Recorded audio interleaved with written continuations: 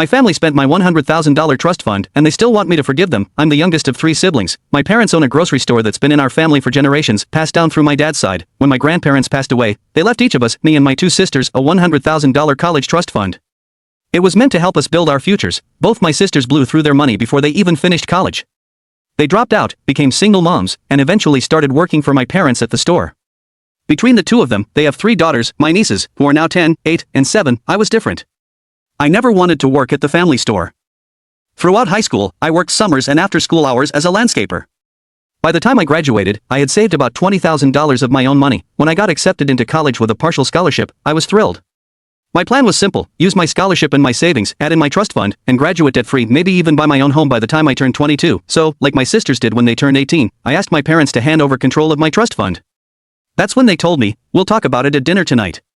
At dinner, everyone was there, my parents, my sisters, and even my nieces. When it was time to talk about my trust, my parents said they wanted to ask a favor.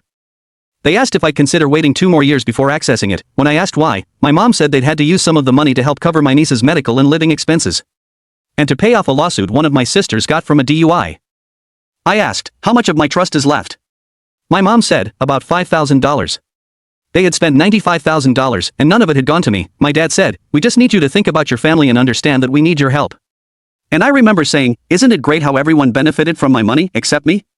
Gloria and Lori got to go to college and travel, and with my money, I got to pay for all their mistakes. That was the last thing I said to them before I left. I moved out that night and never looked back. I still went to college, using my scholarship and the $20,000 I had saved.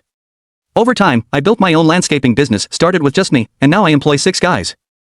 We're doing great. As for the trust fund, my parents never rebuilt it. 2 years ago, I had my lawyer check the account. The balance was $3,456.13, even less than the $5,000 they told me was left. Over the years, my parents and sisters have tried to reconnect, sending gifts, letters, and invitations. I've returned every single one, unopened. Now, I'm getting married next month. My fiancé wants to meet my family, to help me close this chapter. She keeps saying forgiveness will bring me peace, but honestly, I can't do it.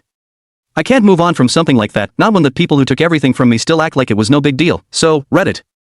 Am I really the bad guy for not being able to forgive them?